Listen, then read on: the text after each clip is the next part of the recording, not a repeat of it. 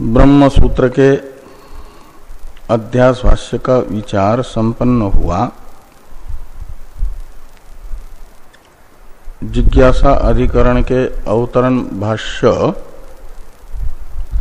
का जो एक वाक्य था उससे भी एक प्रकार से जिज्ञासा अधिकरण का विचार हुआ। उसी से एक वर्णक भगवान भाष्यकार ने सूचित किया। अध्यास भाष्य तक जिज्ञासा अधिकरण का ही प्रथम वर्णक था। उससे ब्रह्म सूत्र नामक ग्रंथ के विषय प्रयोजन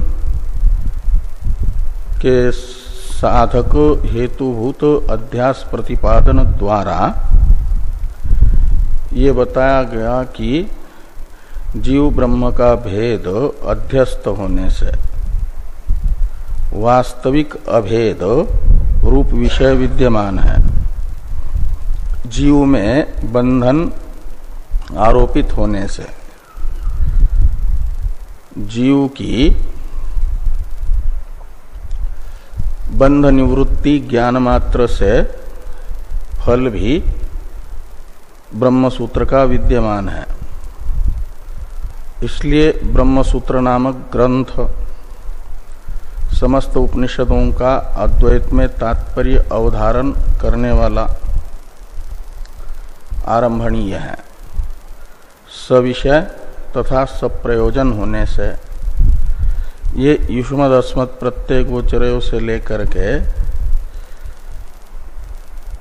ये वयम अस्याम शारीरक मीमांसायाम प्रदर्शयिष्याम यहाँ तक के ग्रंथ से बताया गया। ब्रह्म सूत्र सप्रयोजन है, सविषय है, इसलिए आरंभणीय है। ब्रह्म सूत्र सविषय हो, सप्रयोजन भी हो, लेकिन यदि अवगतार्थ हो, निश्चित अर्थक हो, बिना ब्रह्म सूत्र के ही यदि वेदांत का अवधारण हो जाए तो ब्रह्म सूत्र तब भी वेदांत का अवधारण निश्चित करने के लिए जरूरी नहीं है, ये सिद्ध होगा। और मीमांसकों ने कहा कि वेद मात्र कर्मार्थक होने से वेद विशेष जो उपनिषदें हैं जिन्हें वेदांत कहा जाता है वे भी कर्मार्थ ही हैं। यदि उनका कर्मरूप अर्थ नहीं मानेंगे उपनिषदों का तो निरर्थक हो जाएगी, यानी अप्रमाण हो जाएगी उपनिषदें। क्योंकि अनर्थक्यम अतदर्था नाम, जयमी जी ने कहा कि जो कर्मार्थ नहीं है वेद वचन वह अनर्थक है, यानी अप्रमाण है। तो उपनिषदों में प्रामाण्य की उपपत्ति के लिए कर्म या कर्म उपयोगी अर्थ का प्रतिपादक वेदांत को मानना आवश्यक है। और वेदांत कर्म का साक्षात प्रतिपादन तो नहीं करते, किंतु कर्मांग जो कर्ता कारक है और संप्रदान कारक रूप देवता है, इनका प्रतिपादन करके कर्म उपयोगी अर्थ के प्रतिपादक बन जाते हैं और प्रमाण बन जाते हैं। ऐसा पूर्व मीमांसा में इनका अर्थ निश्चित किया गया है। कर्मांग प्रतिपादकत्व रूप प्रामाण्य वेदांतों में है, इसलिए ये अवगतार्थ है, पूर्व मीमांसा से ही गतार्थ है। अतः वेदांत का तात्पर्य अवधारण अनुकूल विचारात्मक ब्रह्म सूत्र अनारंभणीय है, क्योंकि जिनका तात्पर्य अवधारित करना है ब्रह्म सूत्र से, उनका तात्पर्य अवधारण पूर्व मीमांसा से ही हो गया है कर्ता तथा देवता में। ये मीमांसक कहेंगे, पूर्व मीमांसक। इसलिए सूत्र अनारंभणीय है, ब्रह्म सूत्र। नहीं, फिर ये करेंगे तो जब निश्चितार्थक है तो संदेह ही नहीं होगा, और जो संदिग्ध होता है वह विचारणीय होता है। तो वेदांत जो है निश्चितार्थक हो गए, उनके अर्थ में संदेह ही नहीं है मीमांसकों को। तो संदिग्धार्थक न होने से ब्रह्म सूत्र का विषय वे नहीं बन पाएंगे, विचार का विषय नहीं बन पाएंगे। विचार का विषय होता है संध्यास्पद जो अर्थ होता है।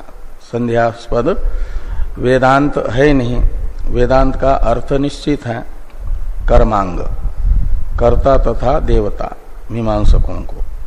इसलिए वे असंदिग्धार्थक होने से, संध्यार्थक न होने से ब्रह्म सूत्र रूपी जो विचार हैं उसका विषय नहीं बनेंगे, विचारास्पद नहीं होंगे।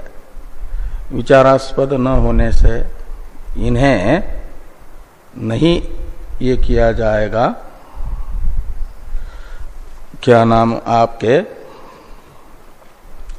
उसके रूप में ब्रह्मसूत्र अनारंभनीय ये कहा गया। लेकिन भगवान भाष्यकार ने ये कहा कि पूर्व मीमांसा से अवगतार्थ वेदांत नहीं है। पूर्व मीमांसक उपनिषदों का जो अर्थ बताते हैं कर्ता कारक या संप्रदान कारक रूप, यही अर्थ उपनिषदों का नहीं है। अपितु उपनिषदें एक मेवा द्वितीय ब्रह्म में तात्पर्यवती है। इसी दृष्टि से यहां पर लिखा कि वेदांत मीमांसा विचारस्य व्याचिख्यासितस्य इदम आदिमं सूत्रम, कि वेदांत मीमांसा यानी उपनिषदों का विचार रूप जो ब्रह्म सूत्र शास्त्र हैं, ये भाष्कर भगवान को व्याख्या तुम इष्ट है। भाष्यकार भगवान इसे व्याख्या समझते हैं, उसका ये प्रथम सूत्र है। अर्थात ये बताया जा रहा है श्रुत अर्थापत्ति प्रमाण से कि सर्वज्ञ व्यास जी यदि को जयमिनी जी ने जो उपनिषदों का अर्थ बताया वही अर्थ अभिष्ट होता, तो उपनिषदों का तात्पर्य अद्वैत में बताने वाले ब्रह्मसूत्र ग्रंथ की रचना न करते हुए, सर्वज्ञ होते हुए भी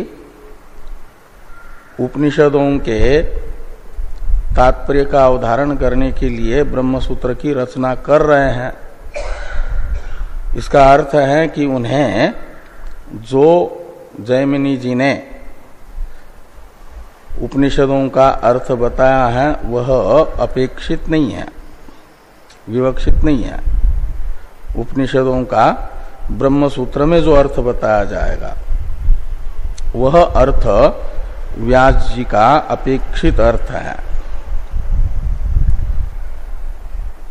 कर्ता या देवता मात्र अर्थ उपनिषदों का नहीं होगा, अद्वैत अर्थ होगा। इसी अभिप्राय से ब्रह्मसूत्र की रचना किए हैं।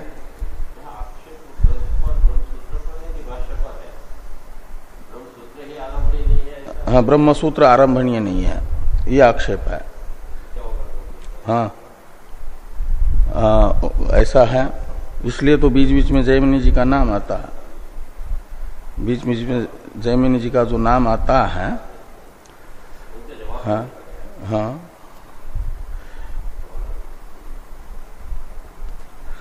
तो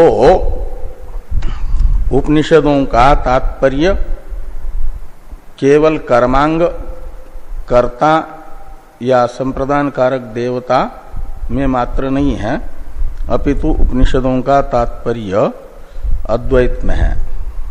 इसको बताने के लिए ब्रह्मसूत्र आरंभणीय है। ये अथा तो ब्रह्म जिज्ञासा सूत्र की रचना करके बता रहे हैं व्यास जी। ये यहाँ पर भाष्कर भगवान ने वेदांत मीमांसा शास्त्रस्य व्याचिख्यासितस्य इदम आदिमम सूत्रम इससे बताया, और व्याचिख्यासितस्य इस पद का प्रयोग करके भाष्कर भगवान ने इसका समर्थन किया है। अब ये जो अथातो ब्रह्म जिज्ञासा सूत्र है, इसका तृतीय वर्णक बताया जा रहा है। तृतीय वर्णक का अवतरण है टीका में।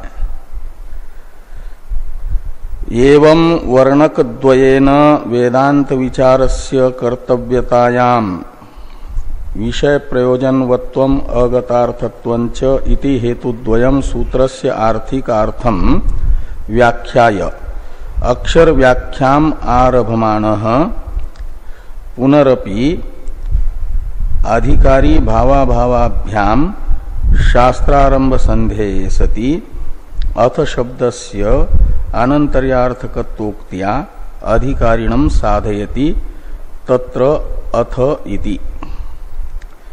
ये भाष्य का अवतरण है। तो एवं वर्णक द्वयेन भाष्य में अभी तक जिज्ञासा अधिकरण का दो प्रकार से विचार हो गया, यानी दो अधिकरण हो गए। है तो एक ही अधिकरण जिज्ञासा अधिकरण, उसके दो प्रकार से विचार हो गए, और तीसरे प्रकार से जिज्ञासा अधिकरण का विचार शुरू कर रहे भाष्यकार भगवान। तो दो प्रकार से जो विचार जिज्ञासा अधिकरण का पूर्व में हुआ, वह ये बता रहा है, यानी उसमें हेतुद्वय बताए गए। वेदांत विचारस्य कर्तव्यतायाम विषय प्रयोजनवत्वम अगतार्थत्वंच इति हेतुद्वयम् सूत्रस्य आर्थिकार्थम व्याख्याय। तो वेदांत विचार में कर्तव्यता का निश्चय कराने के लिए, वेदांत विचार कर्तव्य है का अर्थ है ब्रह्म सूत्र आरंभणीय है। वेदांत विचार ही तो ब्रह्म सूत्र है, इसलिए वेदांत विचार की कर्तव्यता यानी ब्रह्म सूत्र की आरंभणीयता। तो ब्रह्म सूत्र की आरंभणीयता में विषय प्रयोजनवत्व एक हेतु प्रथम वर्णक के द्वारा सिद्धांतियों ने बताया। ब्रह्म सूत्र वेदांत विचारात्मक स्वतंत्र पूर्व मीमांसा की अपेक्षा स्वतंत्र विषय तथा प्रयोजन वाला होने से आरंभणीय है, एक हेतु हुआ। प्रथम वर्णक में सिद्धांति के द्वारा ब्रह्म सूत्र की आरंभणीयता को बताने वाला हेतु, और द्वितीय वर्णक में ब्रह्म सूत्र की आरंभणीयता को बताने वाला हेतु है अगतार्थत्वंच। गतार्थत्व का अर्थ है पूर्व मीमांसा में उपनिषदों का जो अर्थ बताया गया उसी अर्थ को स्वीकारना। लेकिन व्यास जी को उपनिषदों का पूर्व मीमांसकों ने जो अर्थ बताया वही अर्थ स्वीकार्य नहीं है। मीमांसक कहते हैं उपनिषदे कर्ता और संप्रदान कारक रूपी कर्मांग को बताती है, और व्यास जी का मानना है कि उपनिषदें जो अकर्त्री अभोक्त्री ब्रह्म है, एकमेवा द्वितीय, उसका तात्पर्य विधया प्रतिपादन करती है। अद्वैत में उपनिषदों का तात्पर्य है, कर्मांग को बताने में नहीं। ये व्यास जी का मानना है। और ये जो उपनिषदों का तात्पर्यार्थ है एकमेवा द्वितीय ब्रह्म, यह तो ब्रह्म सूत्र के बिना अवगत नहीं है अर्थ। इसलिए उपनिषदों का एकमेवा द्वितीय ब्रह्म रूपी तात्पर्य विषय रूप अर्थ अनवगत है। तो अनवगत अर्थक उपनिषदों का अर्थ जो मीमांसक बता रहे हैं वही होगा या अद्वैत होगा, ऐसा संदेह हो जाएगा उपनिषद अर्थ के विषय में। इसलिए उनके अर्थ का निर्धारण करने के लिए कि मीमांसकों ने जो उपनिषदों का अर्थ बताया वह नहीं, अपितु उपनिषदों का एकमेवा द्वितीय ब्रह्म ही अर्थ है, इसका निर्धारण करने के लिए वेदांत विचारात्मक ब्रह्म सूत्र आरंभणीय है। ये द्वितीय वर्णक से बताया गया। वेदांत मीमांसा शास्त्रस्य व्याचिख्यासितस्य इदम आदिमम सूत्रम, ये कहते हुए भाष्यकार भगवान ने जो ब्रह्म प्रथम सूत्र का आर्थिक अर्थ है वह सूचित किया। ऐसे प्रथम वर्णक में भी आर्थिक अर्थ सूचित किया।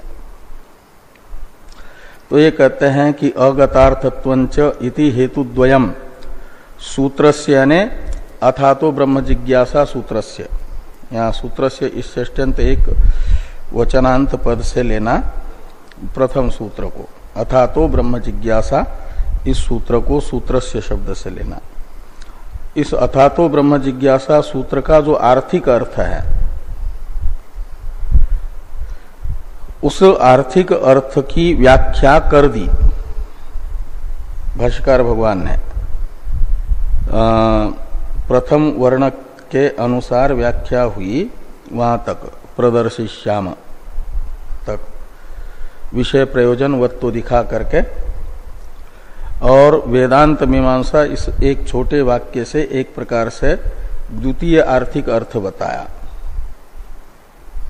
कि उपनिषदें पूर्व मीमांसा से गतार्थ नहीं है, इसलिए उनका तात्पर्य एकमेवा द्वितीय ब्रह्म में अवधारित करने के लिए ब्रह्म सूत्र आरंभणीय है।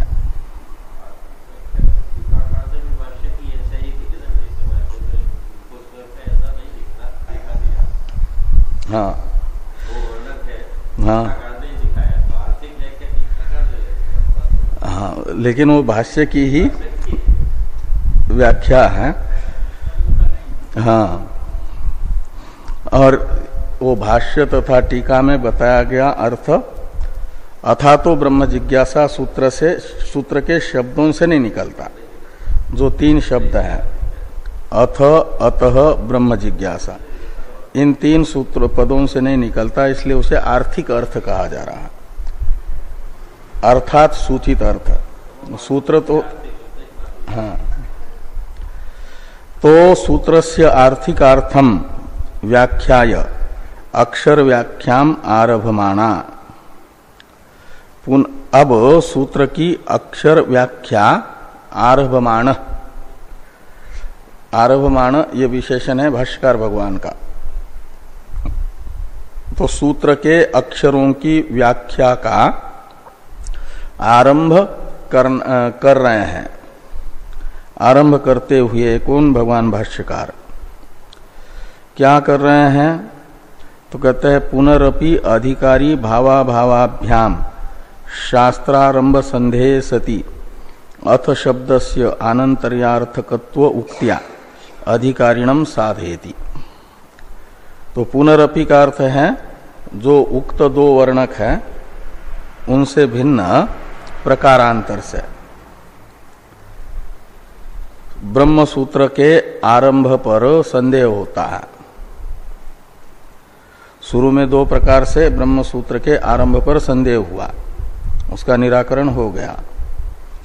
अब पूर्व में जो आरंभ पर संदेह के हेतु बताए गए, उन हेतुओं से भिन्न हेतु को आधार बना करके फिर से ब्रह्म सूत्र के आरंभ पर संदेह हो जाता है।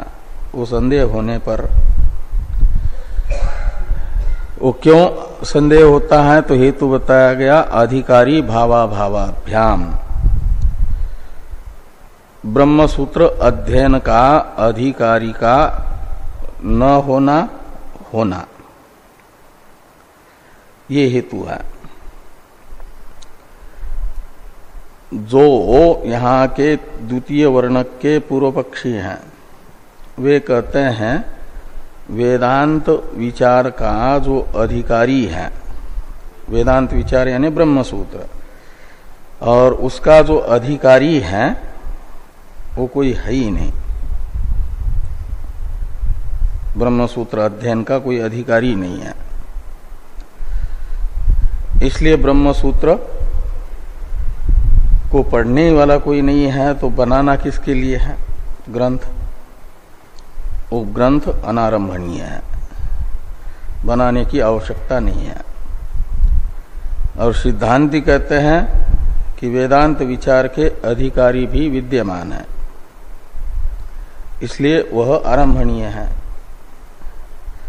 तो इस प्रकार ये ब्रह्म सूत्र का आरंभ विषयक संदेह अधिकारी के न होने से और होने से, अधिकारी भावाभावाभ्याम संदेह सति, संदेह होने पर। अथ शब्दस्य आनंतर्यार्थकत्व उक्त्या, तो ब्रह्म सूत्र में प्रयुक्त जो प्रथम पद है अथ, ये अनेक अर्थ वाला है। उन अथ शब्द के अनेक अर्थों में से अथा तो ब्रह्म जिज्ञासा इस सूत्र में व्यास जी ने आनंतर्य अर्थ में अथ शब्द का प्रयोग किया है। इस सूत्र में आनंतर्य अर्थक ही अथ शब्द है, अन्य अर्थ इस सूत्र में अथ शब्द के नहीं है।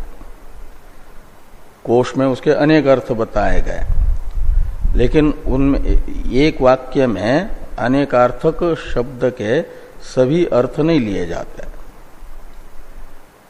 उन अनेकार्थक शब्दों का एक वाक्य में प्रयोग होने पर एक ही अर्थ लिया जाता है। तो इस सूत्र वाक्य में अनेकार्थक जो अथ शब्द है उसका एक अर्थ लिया जाएगा अनेक अर्थों में से, वह भगवान भाष्यकार कह रहे हैं आनंतर्य ही अर्थ होगा, दूसरे अर्थ नहीं निकलेंगे।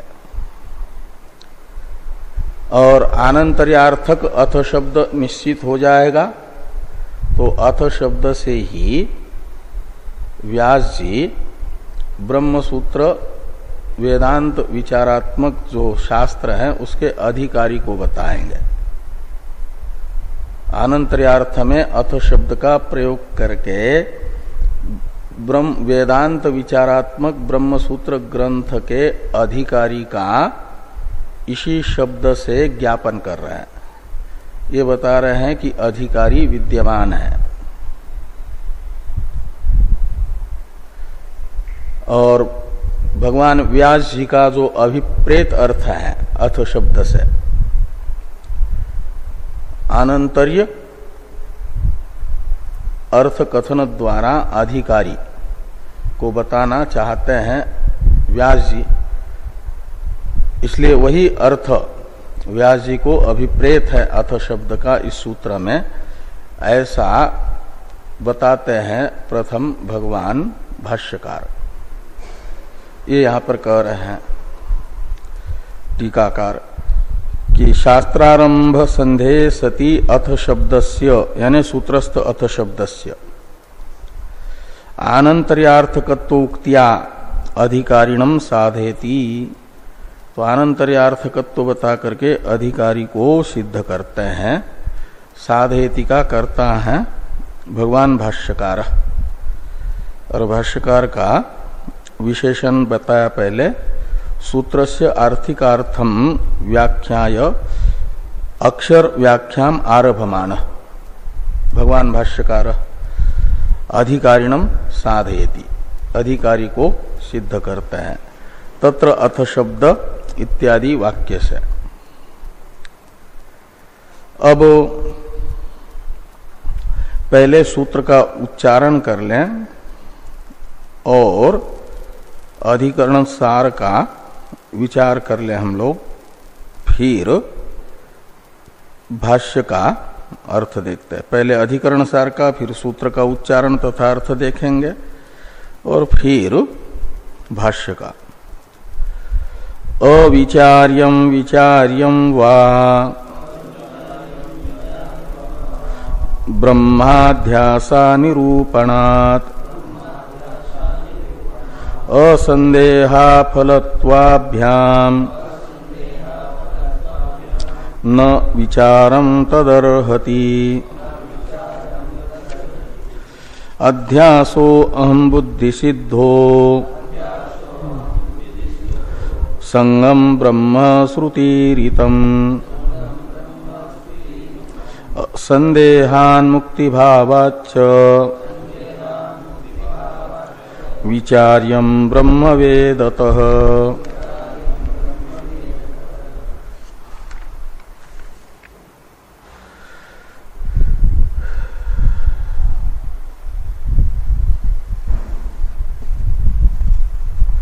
तो ये कहते हैं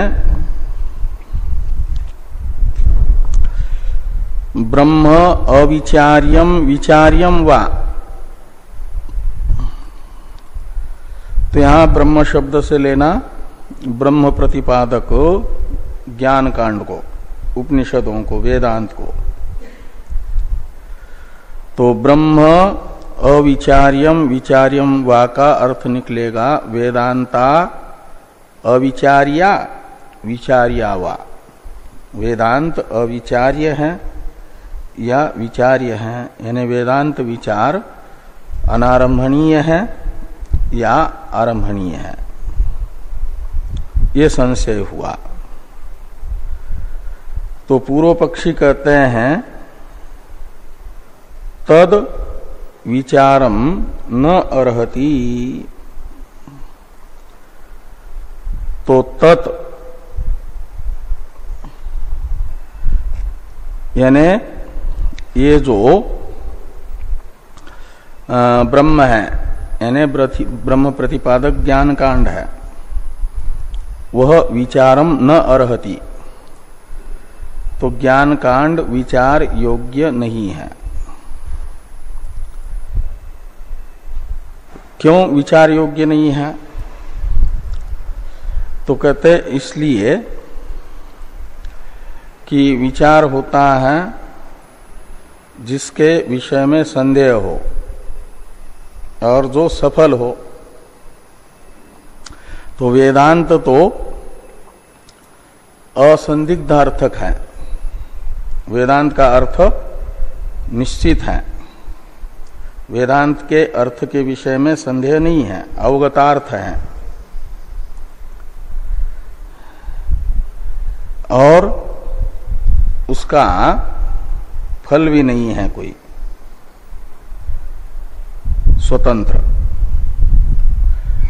फलवान तो होता है कर्म, मीमांसकों के अनुसार,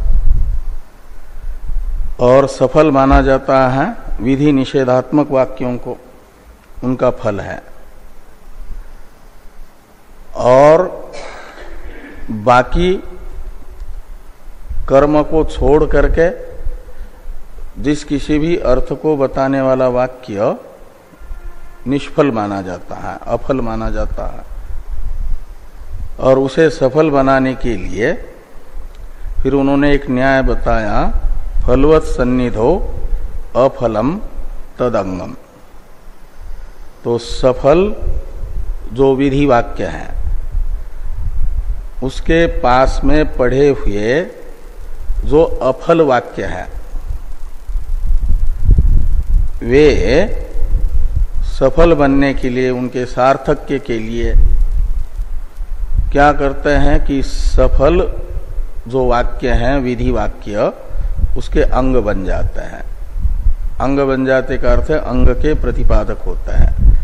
मुख्य जो अंगी हैं कर्म, उसके प्रतिपादक वाक्य के पास में पड़े हुए निष्फल अर्थ को बताने वाले वाक्य अंगी के अंगों को बताने वाले होते हैं। उनका अर्थ है कर्म रूपी अंगी के अंग।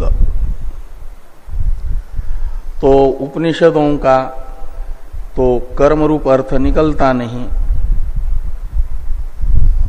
जीव या तत्पदार्थ को बताने वाले वाक्य हैं। तत्पदार्थ त्वम पदार्थ को बताने वाले, तो त्वम पदार्थ को बताने वाले वाक्य होंगे कर्ता को बताने वाले। और कर्ता है विधि वाक्य का मुख्य जो अर्थ है अंगी कर्म, उसका अंग, निर्वर्तक अंग है कर्ता। और तत्पदार्थ को बताने वाले जो उपनिषद वाक्य हैं वे कर्म रूपी अंगी को अपेक्षित जो संप्रदान कारक रूप अंग है देवता, उसको बताने वाला है। तो इस प्रकार ये उपनिषदें कर्म के द्वारा अपेक्षित कर्ता रूप अंग को और संप्रदान कारक रूप अंग को बता करके अवगतार्थक हो गए। इसलिए उनके अर्थ के विषय में संदेह नहीं होगा, असंदेह है। और स्वतंत्र अर्थ कोई मानते हैं तो उसका कोई फल भी नहीं होता, इसलिए अफलत्वात्। तो संदेह न होने से और फल भी न होने से, निष्फल होने से उपनिषदें विचारम न अर्हति। जो आप ब्रह्म ज्ञान फल मानना चाहते हो तो ब्रह्म ज्ञान का कोई फल सिद्ध नहीं होता, कर्म से ही फल होगा। ऐसा कौन मानते हैं? मीमांसक। इसलिए कहा गया कि असंदेह फलत्वाभ्याम तद विचारम न अर्हति। तो ऐसा क्यों? अद्वैत ब्रह्म ज्ञान का फल अनर्थ के हेतुभूत अध्यास की निवृत्ति हो जाएगा, तो कहते हैं ब्रह्म अध्यास अनिरूपणात्। तो जिसको आप दुख का हेतु कहते हो अध्यास, वह सिद्ध ही नहीं होता प्रमाणों से, उसका युक्ति से निरूपण ही नहीं होता। इस प्रकार ये पूर्व पक्ष है। सिद्धांती कहते हैं कि ब्रह्म वेदतः विचार्यम, वेदतः यानी ज्ञान कांडतः ब्रह्म विचार्यम, ब्रह्म का वेदांत से विचार होना चाहिए। श्रोतव्य श्रुतिवाक्यभ्य विचार योग्य है ब्रह्म। क्यों? तो कहते हैं संदेहात मुक्ति भावाच्च। ब्रह्म के विषय में संदेह होने से उपनिषद का तात्पर्य विषयभूत ब्रह्म संदिग्धार्थक है। कोई कहते हैं ब्रह्म उपनिषदों के द्वारा प्रतिपाद्य ब्रह्म ही है, कोई कहते हैं कि कर्ता है, कोई कहते हैं और है, इसलिए संदेह है, संदिग्ध हो गया। और यद्यपि ब्रह्म तो आत्मा है और आत्मा का ज्ञान सबको है मैं करके, लेकिन वह ब्रह्म का विपरीत ज्ञान है, यथार्थ ज्ञान नहीं है। क्योंकि मैं के रूप में ब्रह्म ज्ञान होने पर भी दुखी देखे जा रहे हैं सब, और ब्रह्म ज्ञान का फल तो मुक्ति है। तो मैं के रूप में ब्रह्म को जानने के बाद भी यदि बद्ध हैं, अपने आप को बद्ध अनुभव करते हैं, तो ब्रह्म ज्ञान का फल मुक्ति जो बताया गया वो तो उनके जीवन में नहीं है। इसका अर्थ है कि यथार्थ ब्रह्म ज्ञान नहीं है। ब्रह्म ज्ञान का फल तो मुक्ति, ज्ञानादेव तु कैवल्यम ऋते ज्ञानान्न मुक्ति इत्यादि श्रुति वाक्य बता रहे हैं। तो मुक्ति भावाच्य ब्रह्म विचार वेदतः विचार्यम यानी विचारार्हम, क्योंकि कहते हैं मैं के रूप में जो ब्रह्मानुभव हो रहा है वह जैसा ब्रह्म का स्वरूप वेद बता रहा है, ऐसा ब्रह्म अविद्यावस्था में मैं के रूप में अनुभव में नहीं आता। इस अभिप्राय से लिखते हैं कि अध्यासो अहम बुद्धि सिद्धो, अध्यास अहम बुद्धि सिद्ध है का मतलब मैं इस अनुभव से सिद्ध है अध्यास। इस समय मैं का जो अनुभव हो रहा है वह विपरीत स्वरूप का अनुभव हो रहा है विद्यावस्था में, संसार अवस्था में। मैं करता हूं, मैं भोगता हूं, मैं मनुष्य हूं, मैं युवा हूं, मैं वृद्ध हूं इत्यादि रूप से। और शास्त्र ने जैसा मैं का स्वरूप बताया है, ब्रह्म का स्वरूप बताया, वो तो असंग है। तो असंगम ब्रह्म श्रुतिरितम, इसलिए अहम अनुभव तो कुछ और ही ब्रह्म का स्वरूप बता रहा है और शास्त्र कुछ दूसरा बता रहा है। इसलिए संदेह होगा कि शास्त्र जैसा बताता है आत्मा को ऐसा है आत्मा, या अहम अनुभव जैसा बताता है ऐसा है, तो संदेह होगा। और संदेह होने पर शास्त्र के अनुसार आत्मविचार करने से जो निर्णय होगा आत्मस्वरूप का, उतने मात्र से ही बंध की निवृत्ति रूप मुक्ति फल भी विद्यमान है। इसलिए ब्रह्म उपनिषदों से विचार योग्य है। ये अधिकरण सारकार ने बताया। अब सूत्र का उच्चारण कर लें। अथा तो ब्रह्म जिज्ञासा, अथा तो ब्रह्म जिज्ञासा, अथ अतः ब्रह्म जिज्ञासा, ऐसे तीन पद हैं। अथ अव्यय है, अतः भी अव्यय है, और ब्रह्म जिज्ञासा प्रथमांत पद है। अथ शब्द के अनेक अर्थ हैं, उसमें से भाष्यकार भगवान बताएंगे आनंतर्य अर्थ हैं। और अतः शब्द हेतु अर्थ में है। और ब्रह्म जिज्ञासा शब्द का शब्दार्थ तो निकलता है, वाच्यार्थ निकलता है ब्रह्म ज्ञान की इच्छा, और लक्ष्यार्थ है विचार। ब्रह्म ज्ञान की इच्छा का विषयभूत जो ब्रह्म ज्ञान, ब्रह्म जिज्ञासा शब्द का जो मुख्यार्थ है ब्रह्म ज्ञान की इच्छा, उस इच्छा का विषय है ब्रह्म ज्ञान। और ब्रह्म ज्ञान बिना विचार के नहीं होता।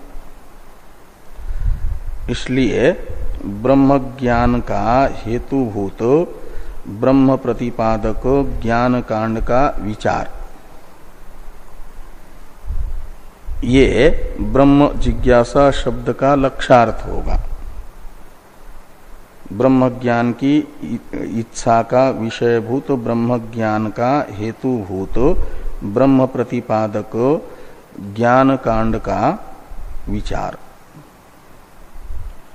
ये ब्रह्म जिज्ञासा शब्द का लक्ष्यार्थ, ब्रह्म विचार श्रुति से, वेदांत से। विचार्यम ब्रह्म वेदतः जो कहा, वो ब्रह्म जिज्ञासा शब्द का ही अर्थ है एक प्रकार से। तो वेदांत विचार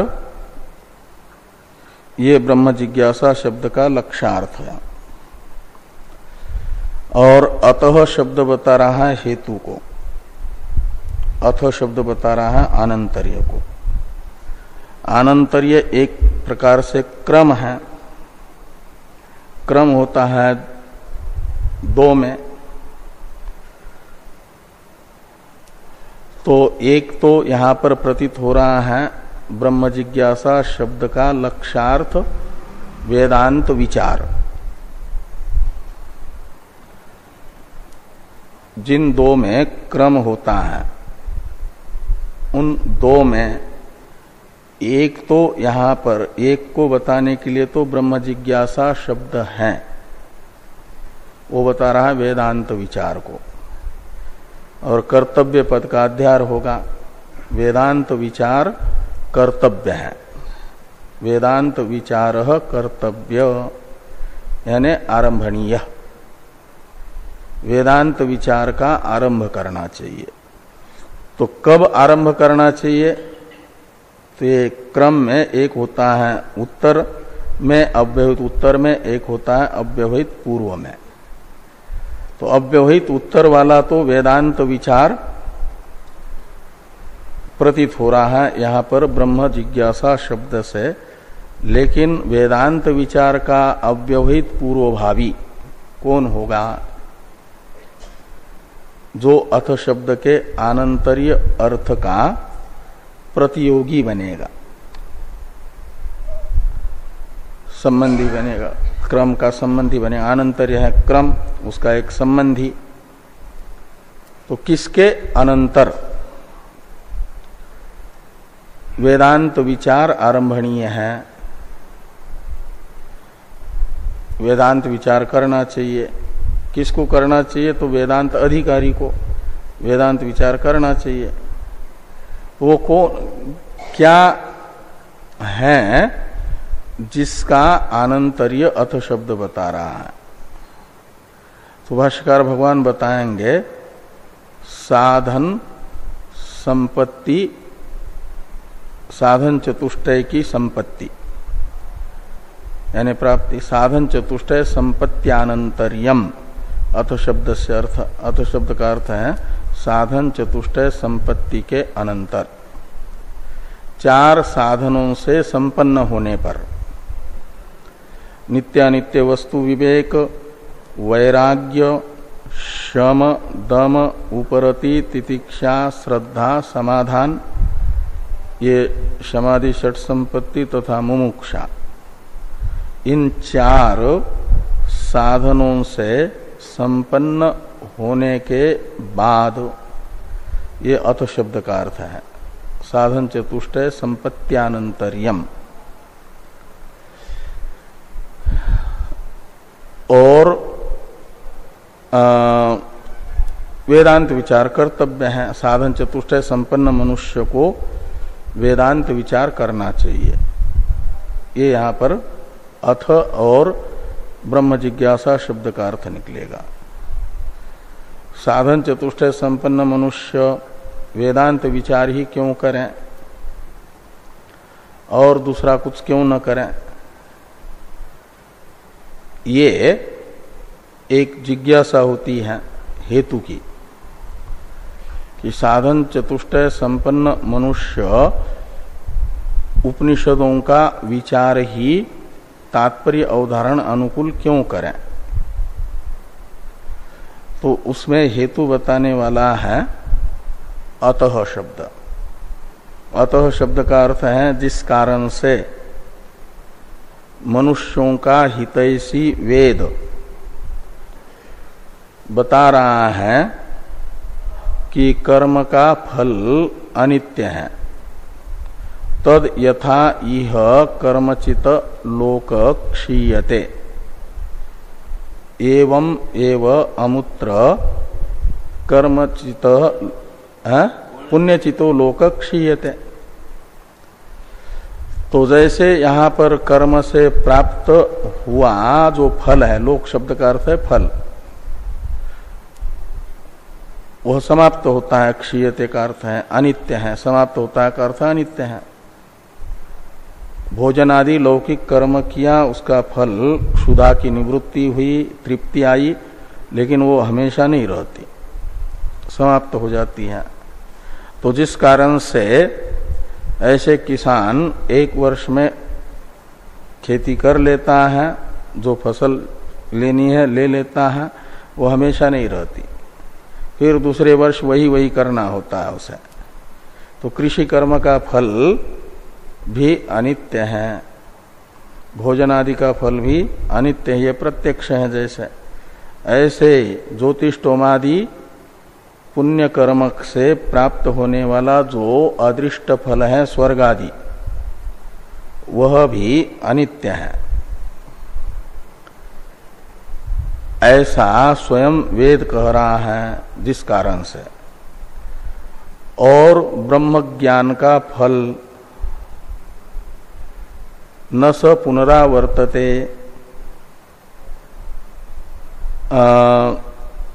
तमेव विदित्वा अतिमृत्युमेति नान्य पंथा विद्यते अयनाय इत्यादि वाक्य बता रहे हैं। ब्रह्म ज्ञान से नित्य पुरुषार्थ मोक्ष, जिस कारण से ब्रह्मविद आपनोति परम इत्यादि उपनिषद वाक्य ब्रह्म ज्ञान का फल नित्य है करके बता रहे हैं।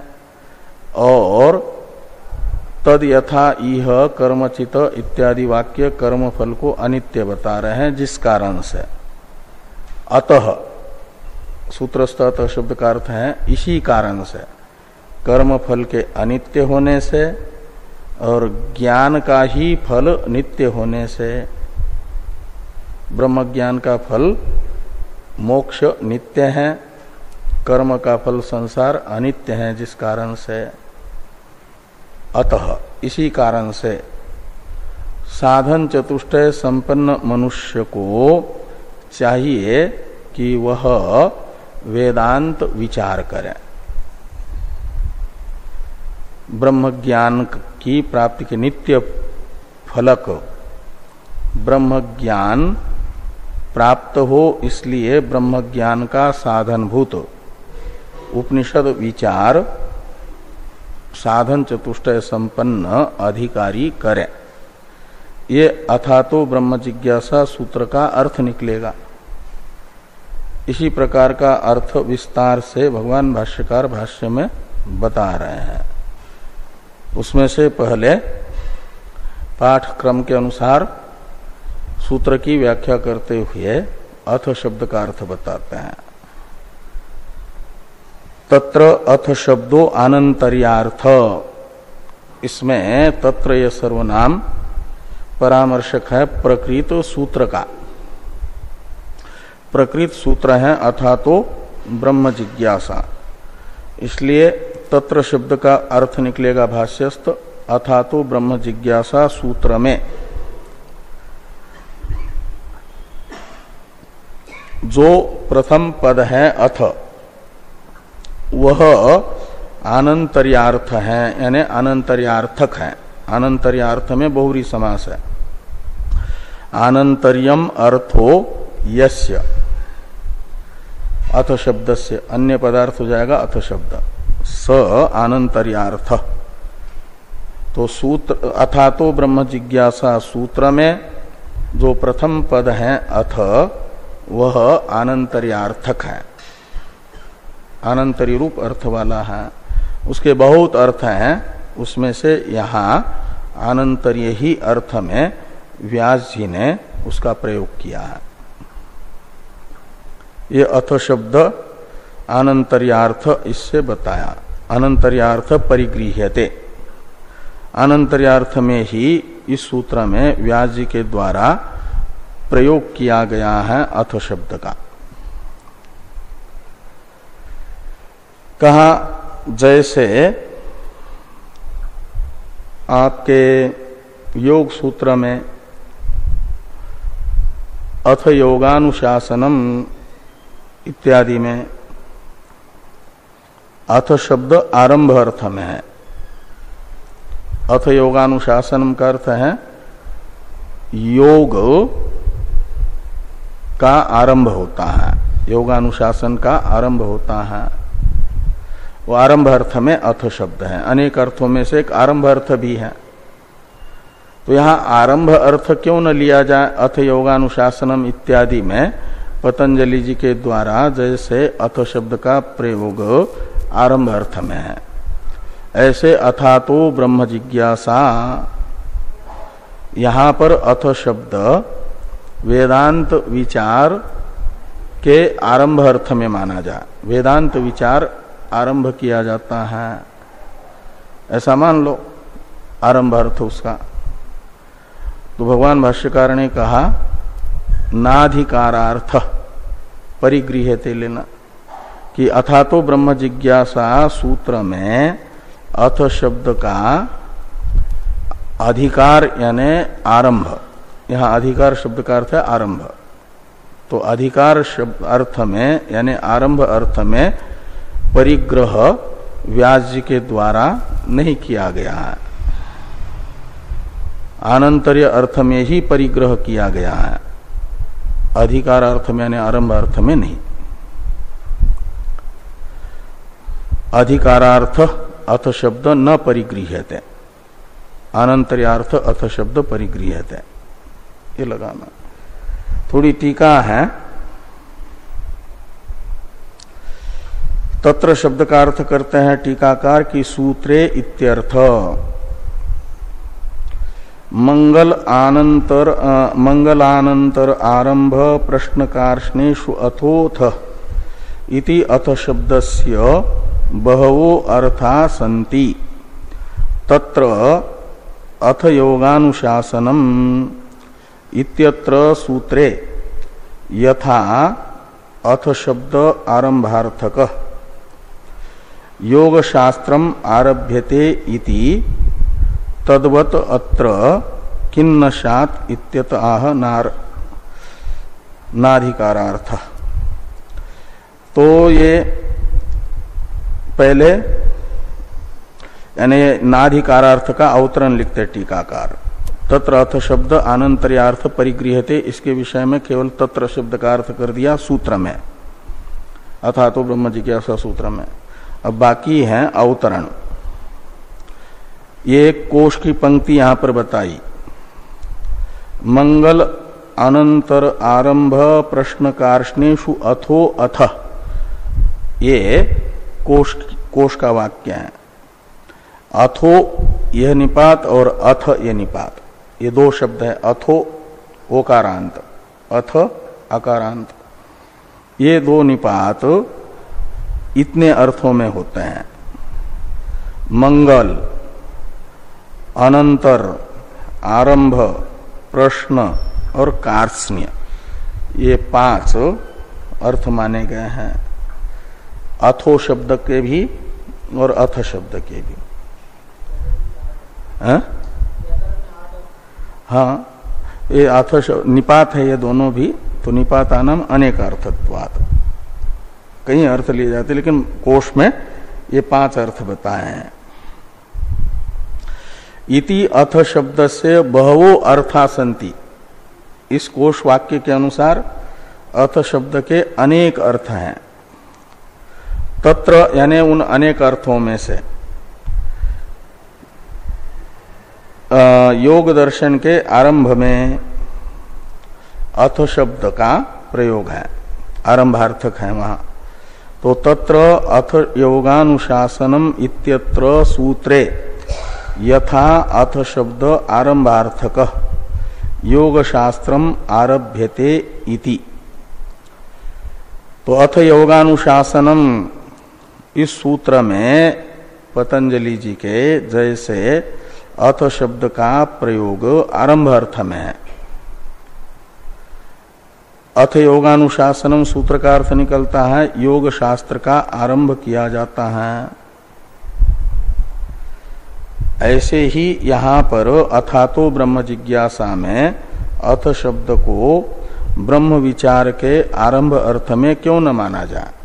ये कह रहे हैं कि तद्वत अत्र किन्न स्यात्, तद्वत यानी योग शास्त्र में जैसे अथ शब्द योग शास्त्र के आरंभ अर्थ में है, ऐसे वेदांत विचारात्मक ब्रह्म सूत्र के आरंभार्थ में अथ शब्द क्यों न माना जाए, ये प्रश्न होने पर उसका उत्तर देने के लिए कहते इत्यत आह, इस प्रकार के प्रश्न का उत्तर देते हुए भाष्यकार भगवान ने कहा कि नाधिकारार्थ, अथा तो ब्रह्म जिज्ञासा सूत्र में अथ शब्द का परिग्रह भगवान वेद व्यास जी ने अधिकार अर्थ में नहीं किया। अधिकार यानी आरंभ। अब इसका ये अर्थ नहीं होगा अधिकारार्थ, इसको स्पष्ट करने के लिए नाधिकारार्थ इस वाक्य का अभिप्राय बता रहे हैं टीकाकार। क्यों आरंभ अर्थ में